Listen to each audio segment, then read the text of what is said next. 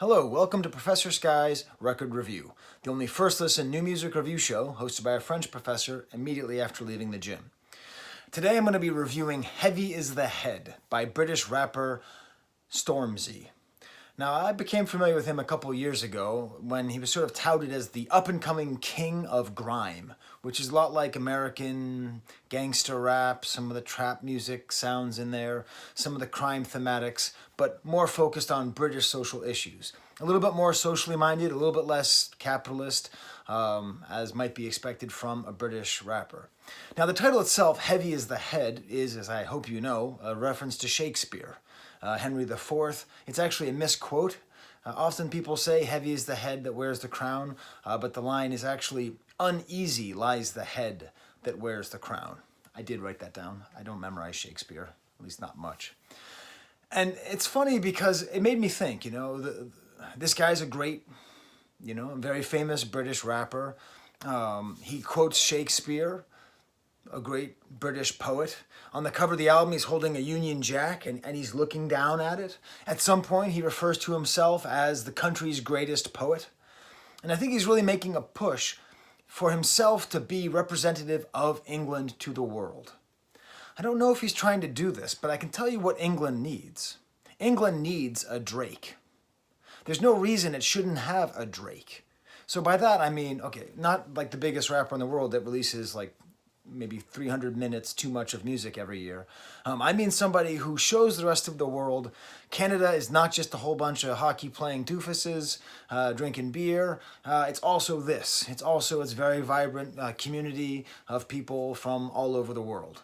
And I think England really needs somebody like Stomzy, one of these grime rappers, to just break out and just be a giant star to show the world that, second-generation immigrants or first-generation from Ghana are just as much British as anyone else.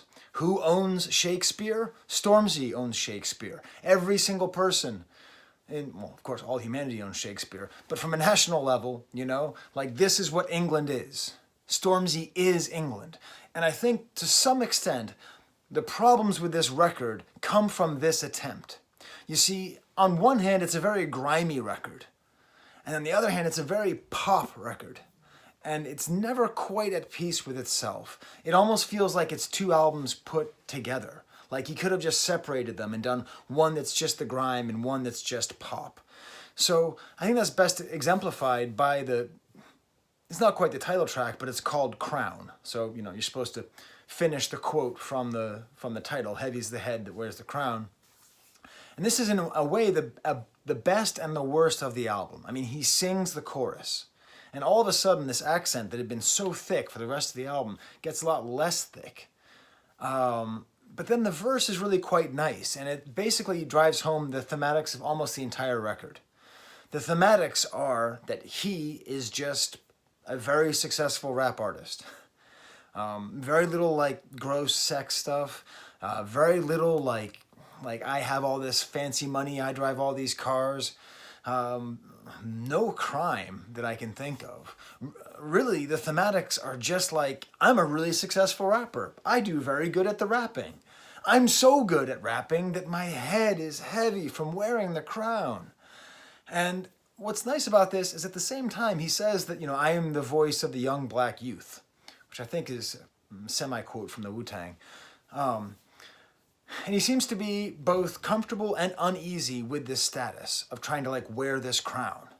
And it's funny because I think if I said the name Stomzy to 100 Americans, only 3 of them would have ever heard of him, right? He's not some breakthrough superstar.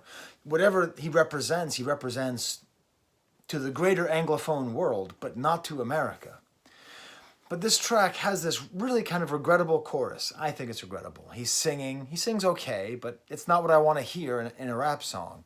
But then the verses all feed really nicely into this theme. And you realize, especially when you think back after listening to the whole record, it's all about this. It's all just about this theme of just trying to represent for these people by being the best. It's very little of it's very overt. There's only a couple songs that are sincerely emotional and spiritual and bring our people up, right? So basically, the more that I liked what he was saying, like the more I agreed with it. You know, like there's a song called Superheroes where he's talking about, you know, people of African descent and how they should be superheroes and how great they are. But like the track, I'm just kind of like, the track Lessons is another one that's like heartfelt and he's vulnerable and it's about personal weakness. I'm kind of like, meh. But then a track like Vossi Bop, which closes the record, I'm just love it. Like I just love it, love it, love it. It's the stupidest song. It has the least content to it, but it's got the best beat. It's got this like hard rapping, awesome rhyming. There's some dance that goes along with it. You're just kind of like something like that. I'm not gonna do it. I can do it better than that, but I can't do it well. You know, like. So even though I hear superheroes and the human in me goes, oh, thank goodness he's writing this song for these people who are underrepresented and don't feel great. But all I want to do is, so that's the contradiction in here, grime or pop. Like what is it, Stormzy? And maybe what he's trying to do is what Drake does, which is, are you pop or are you a rapper? And the answer is yes, and just deal with it. I was driving around with my wife, and I was listening to it in the record, as I do sometimes. And like, it's funny because she was really agitated by the song. The more I liked the song, the more she was agitated by it. So there's a track called Audacity, and that's where his British accent, South London accent, is so strong. Like, he pronounces the word capacity with no, okay, with one consonant, capacity. And this is just an example of the kind of things that I like Vossi Bop. But then as you go on and kind of sing and make it a little bit less pronounced, what she ended up saying, and I agree with this, and this was my initial thought, is that the sound on the album is sparse, but not impoverished. Meaning like there's a lot of space. Like my favorite track on the album, even more than Vossi Bop, is the first track, Big Michael. This is just, again, like I sell a lot of records. I'm very successful. Good for me. But I'll play you a little bit of it so you get a sense of what it's like. It's got these horns, but he just allows lots of space. And what's cool is that, he's one of these British rappers who can rap like, 50 words a second, all that kind of stuff.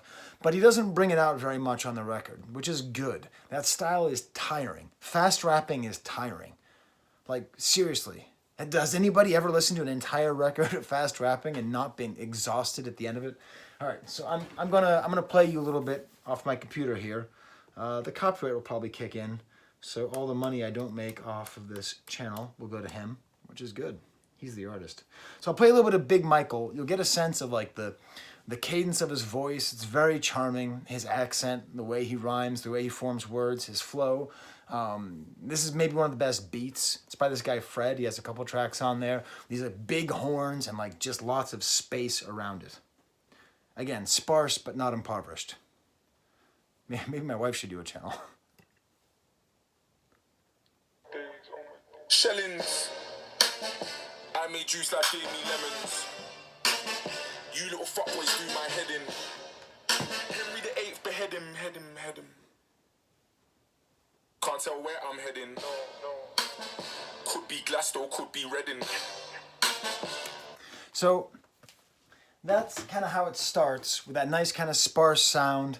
And there's other tracks like that. Like my favorite tracks on the album. If it were up to me, I'd make like a mix. I'd put that on there. I'd put Audacity. I would include Crown, even though it's one of the more poppy songs, just because it's like the emotional center of the album. I'd include Handsome, which has got a nice catchy chorus with these sort of descending words, nice grimy beat, maybe the only really grimy song on it. I mean, grimy is often about the soundscape, where it's supposed to feel kind of dirty. This whole album's very polished, not very grimy. Then a track, Do Better. It's got chimes. There's a Skye rule. If a song has chimes, it's bad. Prove me wrong. Chimes and fretless bass. No good songs with either of those things. Don't Forget to Breathe. Again, I really agree with this song in theory. It's all about if you work too hard, you'll lose your life. You'll have a bad life. You need to breathe, man. Stop chasing your dream and breathe. But the track's not very good. Pop Boy is funny because he says, I'll never stop popping because I'm a pop boy and I'm a top boy. Must be some British slang that I don't really understand. But it seems to be at the heart of this grime or pop dilemma here. And then there's some just bad tracks on here too. I like the track Rainfall. It's all about his enemies. And then we have the redheaded elephant in the room, Own It, with Ed Sheeran. And Burna Boy, who's not bad. It's like this kind of reggae song, which then has like Ed Sheeran, when Ed Sheeran's trying to be kind of street and kind of badass singing. This is how I would phrase it. If I was listening to a pop radio station and this song came on, I would say, oh, cool. It's that Stormzy song. I don't like the Ed Sheeran part, but this is pretty good for like a pop station. But if I was listening to like a rap playlist and this came on, I would throw the phone out the window and drive it over with my car. I'd be so mad. It's garbage as a rap track, but as a pop track, it's not that bad. Also, small theory I just came up with today. Ed Sheeran. Why does everybody... Okay, I have some theories. I think it's that like... So he was in, Game of Thrones. He's going to be in the new Star Wars. I think that people have an inherent love of the Weasley family. I know there's a joke that he looks like Ron Weasley, but like I think people have a love for that character and they just want to take care of him and love him, and they just transfer all of that love and care to this like okay pop star. All right, end of that theory. After that, we have Wiley Flow, which is kind of a nice song, again, about making a lot of money. And that's a nice example of where he alternates between the slow and fast style. Bronze is another one that makes it to my better tracks on the album mix. Again, it's just about selling albums, but I don't know. The way he phrases it's nice. Like he talks about his rivals saying, on this year, gone this year. Simple, efficient, funny. He is funny. That's another thing. I should mention that. Like, you get the sense he's probably a very quick wit, right? Like, I reviewed Griselda last week, the Buffalo rappers. And, I mean, they're smart, but they're not very quick. Like, I don't think, like, if you're talking to them, they would, like, turn on a word and come up with some kind of, like, wordplay or thought that you don't quite imagine. Stormzy has, like, a really quick wit, which comes through. So that would be my album. If I could make it, it would be Big Michael, Audacity, Crown, Wiley Flow, Bronze, and Vossi Bop. And then the rest is fine. And I think the rest is good. I think if there is going to be a British Drake, it's going to be Stormzy. And I think he's going to have to do tracks with Ed Sheeran and God help us, Chris Martin, and the rest of all the bad crap from England that we somehow think is good. Is Ed Sheeran British? He must be. Anyways, so I'm thinking about it. Another couple good points for Stormzy. Like rappers often don't allow themselves to grow, because like if you come up and you're young and you're hungry and you're on the streets, you're really not encouraged to diversify what you sing about. So like, because this album doesn't talk about that much about being young or being from the streets or anything like that, it's more real, it's more honest. And also it's fairly political. At least he is. Apparently he stumped for Corbyn and he's very anti-Boris Johnson. He says F Boris a couple times, I think, on this record. Which makes me think of England and makes me think of the role of, public figures like Stormzy might actually be to get people engaged in politics. But I don't know. All right. Well then, that's my review of Stormzy, Heavy is the Head. It's definitely worth a listen. It's worth it for the bad songs to hear the good songs, and the bad songs are hopefully leading towards something new for Stormzy. Okay, until next time, for this mask, Vossi Bop, forever. No, wait a minute. Now I sound like, what's his face? Needle Drop Dude. I was trying to make a Wakanda Forever joke, but now... All right, I'm just going to end the way I usually end it. There's the camera.